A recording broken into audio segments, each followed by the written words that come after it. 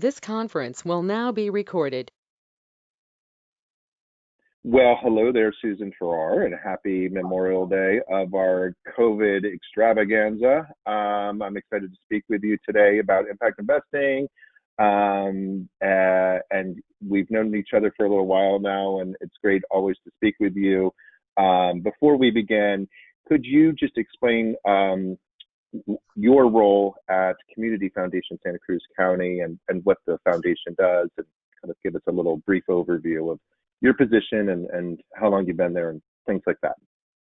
Sure. So I am currently the Chief Operating and Finance Officer for the Community Foundation Santa Cruz County. I've been with the Community Foundation since January of 2000. So I just celebrated 20 years this year. Yeah, it's a big deal.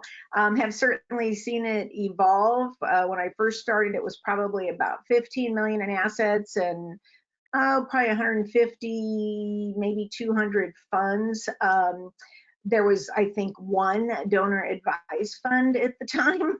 Wow. Today, wow. Yeah.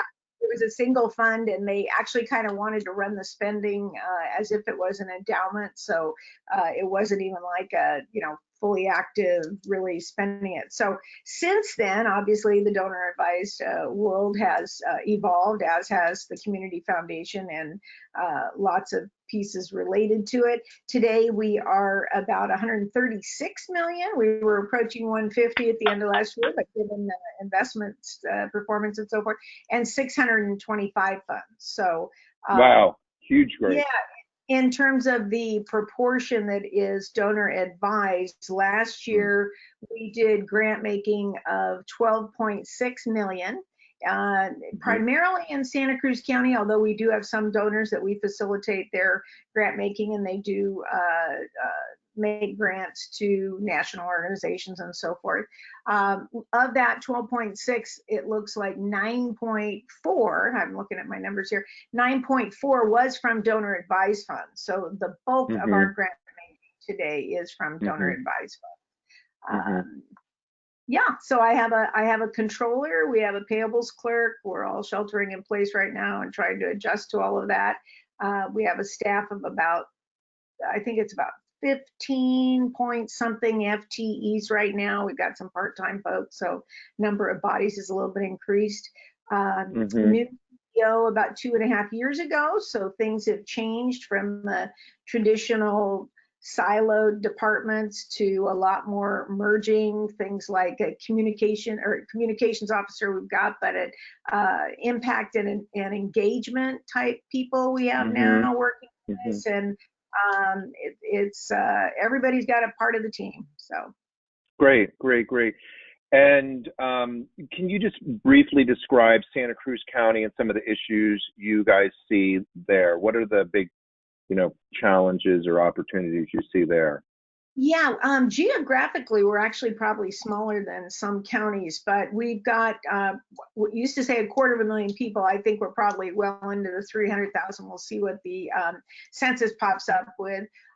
We have a very big cultural sort of divide. In the South County, we have lots and lots of agriculture, lots of farm worker issues. We've got immigrants down there working in the fields and as well as becoming business owners these days. And then we have on the very northern end, we've got UCSC, which brings a lot of it's the town versus gown a lot in the Santa Cruz area specifically. But it's a real cultural divide. We talk about South County and North County. And when I first started with the organization, I would say the donor base primarily was North County related, as well as all the leaders of the organization. There was an attempt to bring in others as well, but that was really more the focus. And they would say that it was like the best kept secret, and it was in South County. It was like, well, we do all our grant making there because of all the need with the farm workers. But today it's much more broad. We have a lot going everywhere. So there's farming, immigrant needs, that kind of thing. There is housing. Housing is our by far our biggest issue right now, and it's gotten worse with Silicon Valley and Mm. folks being able to afford and gobble up lots of pieces of property over here, and consequently we have homelessness. That is a big issue. So that's Yeah. one of our. Thanks for sharing that. And I didn't introduce myself. So hello, everyone. I'm Marc Rand, Managing Partner at Community Capital Advisors, again, here with Susan Farrar from Community Foundation, Santa Cruz County. So Susan, you and I met many moons ago, and we've been working with you for a little while now. Would you tell folks a little bit about how the foundation started to think about impact investing, maybe when that started, and was it board driven? Was it donor driven? Was it community driven? How did it all happen? If I had to pick one of those, I would say it was board driven. There were definitely folks on my finance committee that were interested in how can we help nonprofits and how can we leverage our assets, and there's got to be some way we can do this. And I think it really got fired up with the financial down in 2008, 2009 is when the conversation started happening, and the conversations went on for a while. In addition, there were a few high wealth folk in Santa Cruz County who were having conversations with our executive director at the time about what can I do? Can I do this? Can I do that? And looking at how they might be able to deploy their dollars. Not traditional grant making yet. It was something that gave us pause, and we thought, how could we do that? So by fast forward about 5 years or so, and then it's like, whoa, this really could be something if we looked into this a little further. And I had a finance chair and a couple of other finance folks really wanting to, we pulled together a group at one point with bankers and organizations and talked about loans, potentially bridge loans to nonprofits. We never could quite get off the ground with it. I recognized that the conversations were escalating and it became a really interesting sector. And I attended, I think it was 2014, I saw the Mission Investors Exchange was having a conference, and I thought, well, I really got to understand this lingo and see what's going on here. And I spent about a week at that time at an MIE conference. And I came back from that conference and said, this is doable.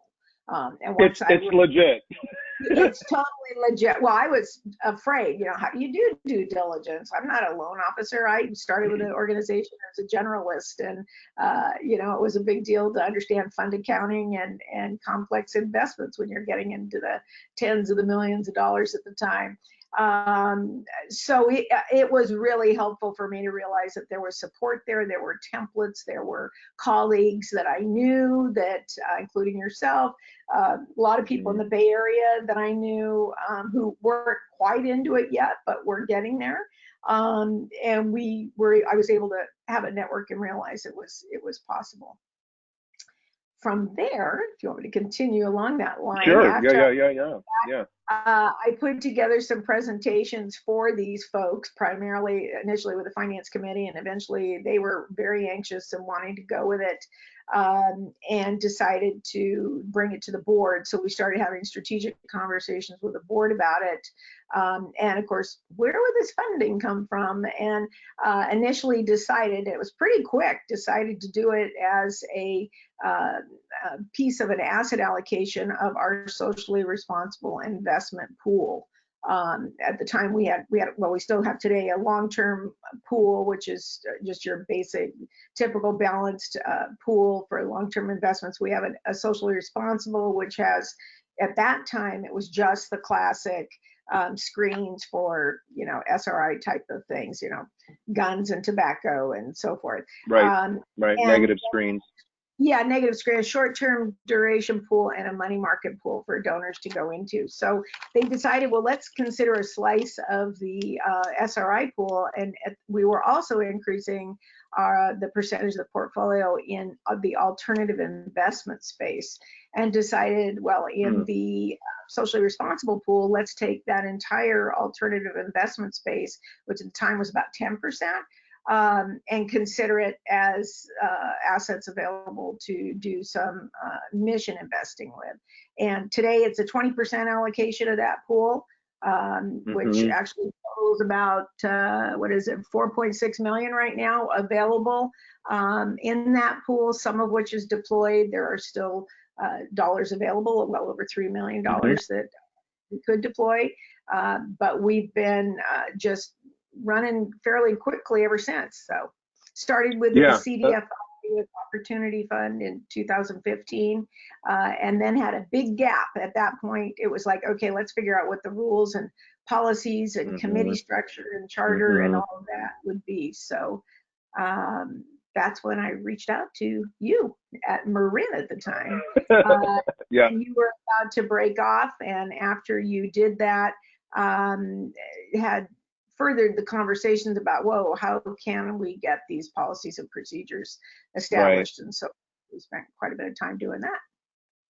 So let's fast forward to where we are today, and we talked a little bit about some of the issues that face Santa Cruz County. I'm thinking homelessness and affordable housing, which is a huge housing in general is a huge issue all through the United States, but especially in California, especially along the coast.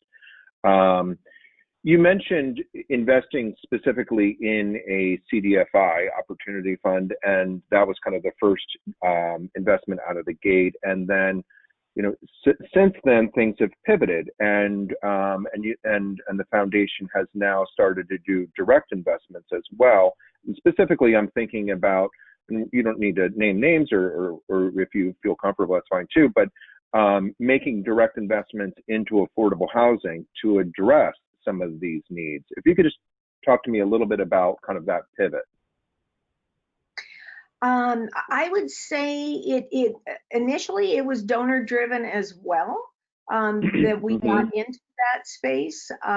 We had some donors who were particularly concerned about the issue. There was beginning to be some expansion of the efforts in the community. A couple of people in particular were really taking us by the horns and wanting to run with it and explore.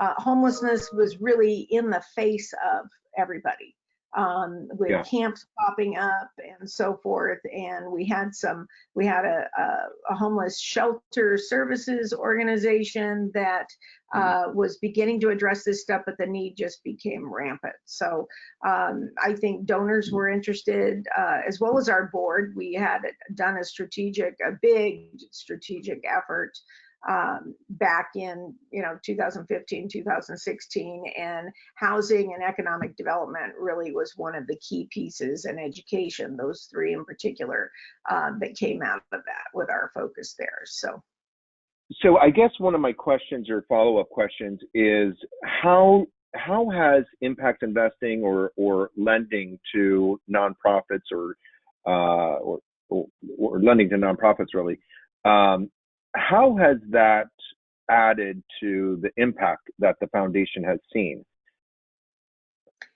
Well, I guess I would say it's hard to see so far in the housing industry, because one of the areas that we get involved in investing is in the beginning and stages of some of these efforts, where it's not just capital for going up when the brick and mortar is actually there. A lot of it is on infrastructure. We have worked with, we've loaned money to an organization that also loans money to others to get some housing going, and then that takes quite a while to get through the system. At least in Santa Cruz County, it does, to try some of these things come to fruition. And in addition, there was one specific home that was something that an organization wanted to buy, and we did help with that at the time to get that piece closed, so that this organization could buy that building, and it would allow for about a dozen pieces of housing available for those organizations. And Well, we've talked a little bit about donors, but how how are you explaining all of this to donors? And do some folks get nervous, like, what are you doing with the assets? And is my DAF invested in, a housing project or a homeless shelter? How do you square that conversation? Well, I don't think we've had a lot of questions about where our assets are invested within the larger portfolios. I mean, performance is always a question. A lot of this is seen as taking up some of the fixed income space where we've got set percentages or interest for these loans and whatnot. The donor conversation, I'm not aware of any adverse comments about why are you invested in specific projects. Donors do come to us and say, wow, I am really concerned about this issue in our community and I really want to do something. And we have also created a loan fund that we call the SURF fund, given at Santa Cruz County, which is a community investment revolving fund. And we've had donors contribute to that fund, which is. And then those funds are then invested into the community. Those go into the community as well. That's separate from the SRI allocation that I'm talking about. So we've got those two sources. We just recently started a third effort where a donor approached us, and we do have a loan from a single DAF. But the revolving fund, the exciting part about that is that was donor driven, specifically related to an organization called Landed, which was to support down payments for educators in Santa Cruz County, so that they would be able to stay in Santa Cruz County if they could purchase a home. And that was our first big effort with the SURF fund. And I'm pleased to say it was actually, I think it was 1.1 million that we had committed. Only just over 700,000 was deployed. That has all been paid back, and those dollars are now out in the community again. And the donor, that particular donor who started that, who just wanted those dollars to stay in a revolving fund, is thrilled that those dollars are deployed again. So that's a real win. Right, and impact in the community, just to drive that point home. Yeah. So that's great. And we talked a little bit about kind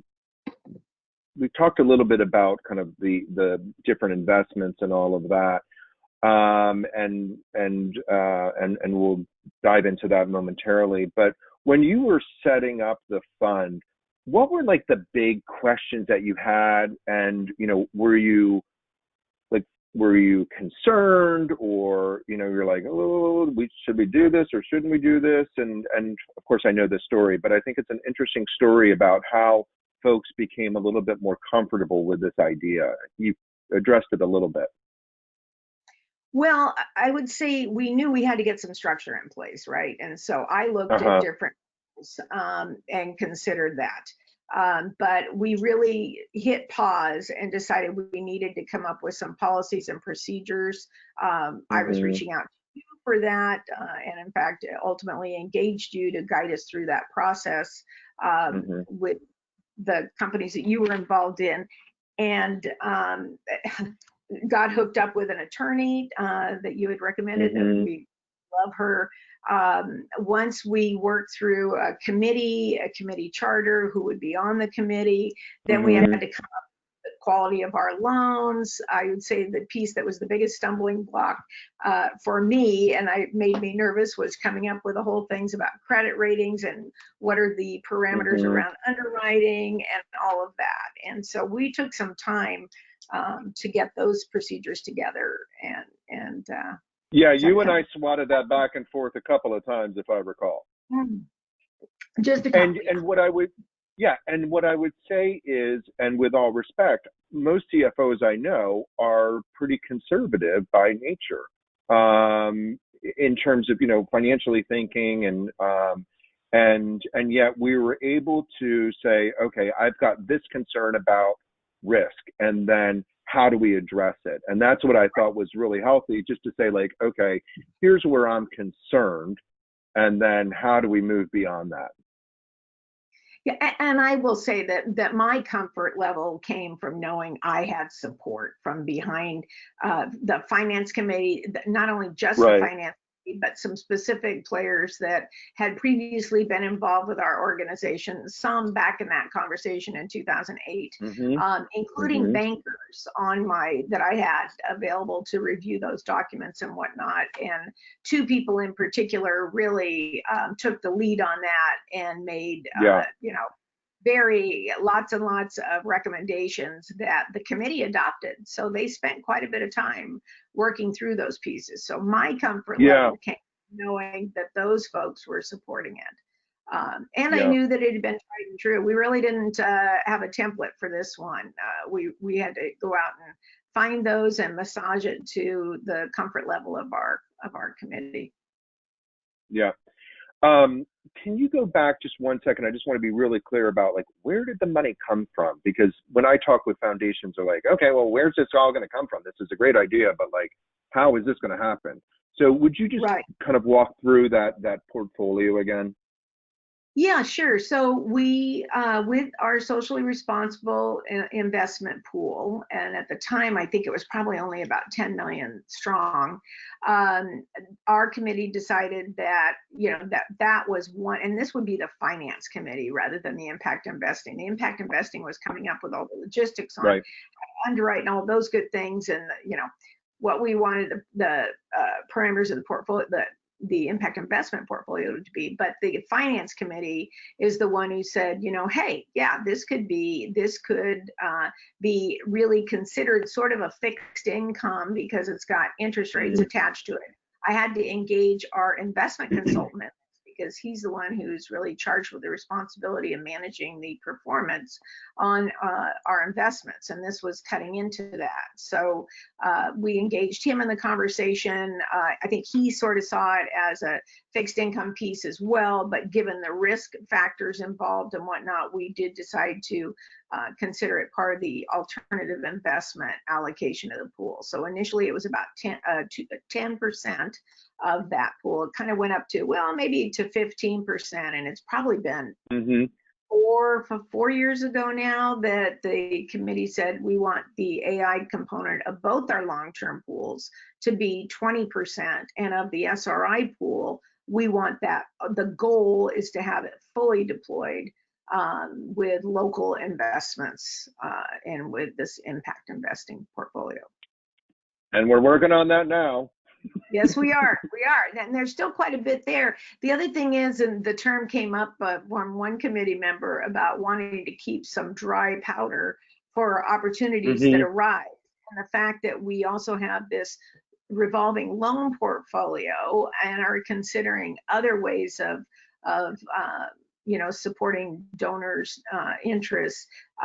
We do have the dry powder and trying to be judicious about how that is deployed. So I think they always want to keep that to meet the needs of the community. Well, so now we talked a little bit about like how it started, and we talked a little bit about some of the investments that the foundation has made. Where do you see this going? And I kind of, point to donors because DAFs are really, in most cases for community foundations, that's really where the dough is, right? So where do you see this headed, Sue?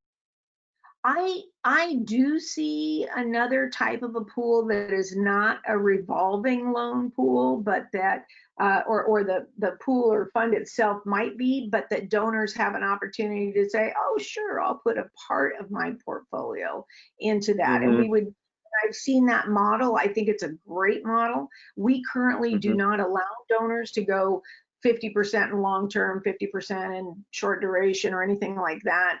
We're in the midst of changing our database, so we're kind of putting a pin on it, making any of those modifications. But I do see setting up some sort of donor-driven, donor-advised pool. That's one piece that I see. We'll get you there. Yeah, no, I believe that'll be happening because I think there's a really solid structure there. Other than that, I think our lending may get beyond loans. We've had some interest at one point. We had interest in us guaranteeing a loan. It didn't happen in the end. It was like, well, why are we doing this? And in this particular example, there was actually a committee member for the organization who said, well, I'll just loan you guys. If the bank won't give you the money, I'll just do it. So but we explored it. We had a conversation about it. Do we want to get into guaranteeing loans? We don't think we do.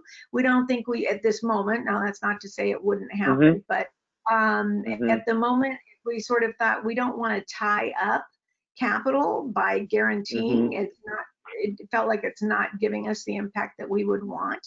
But there could be some, partnerships set up. There could be some private investing. We'll see. We'll see where it goes. But I think that would be where it would be expanding. Otherwise, at the moment, we've got our loan templates and we can deploy fairly quickly. And so we'll see. We'll see. Yeah.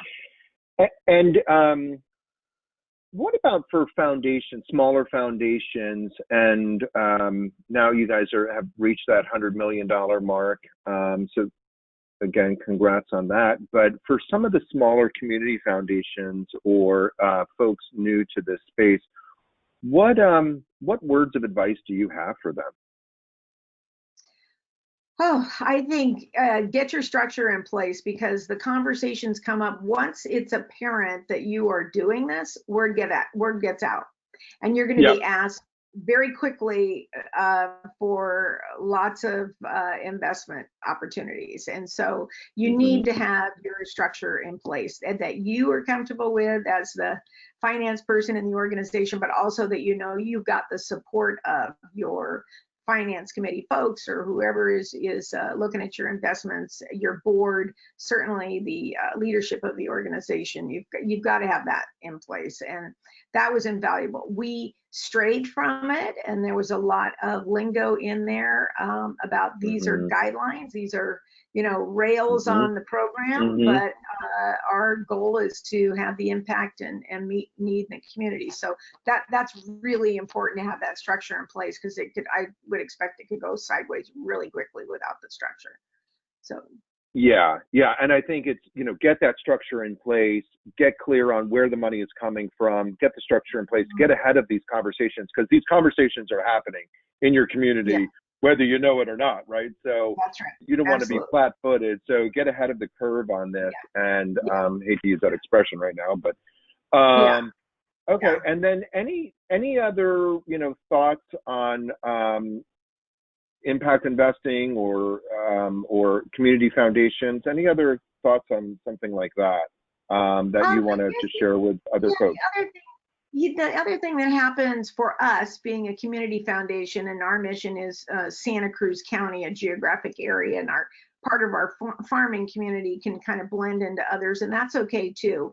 But we are limited on that. So our scope is pretty clear in terms of where we're going to make these investments. The opportunities are all over the place. And I've had even other community foundations who consider their geographic area or their base or their donor interest to be much broader. And I've been approached by that, but we haven't done that. So I think that's really important, is to keep it clear on what the parameters are in terms of the space you will invest in.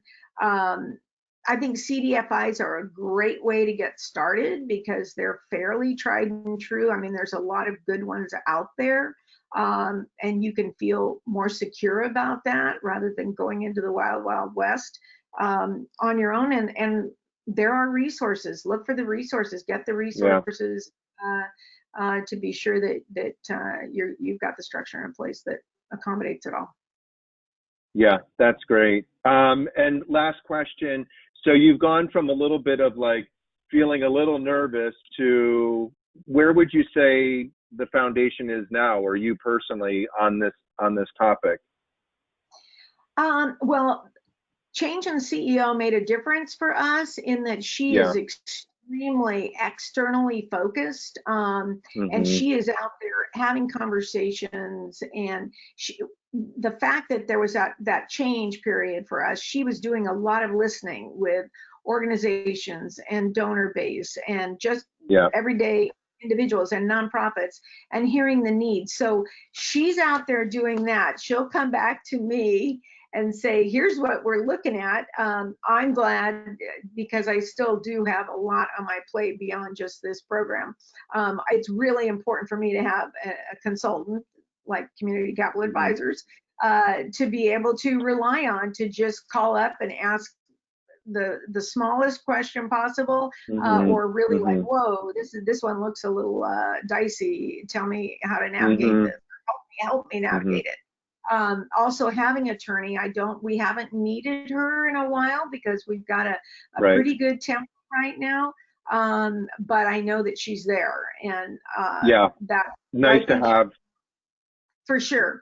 And then I guess my only other piece is how quickly sometimes things need to move, and wanting to be sure that we got a nimble enough finance committee group. Our impact investment and finance kind of blend together, but finance makes a lot of the ultimate recommendations to the board, but having them be nimble enough to pull them together for, whoa, we need to have a call on this one. Is this one we should pursue before we go down the line and spend a lot of time? So they're pretty aware when it's just a concept, when the due diligence is happening, and then by the time they're called to vote on it, hopefully everybody's really comfortable. Yeah, that's great. All right, so I know you're super busy. Thanks so much for your time today. Be well. And shall we go in for an elbow bump? Yeah, there you go. Boom. Elbow bump. Boom. All right, be well. I'll talk to you later. Mark. And and stay safe and all of that. You got it. Bye-bye. Bye.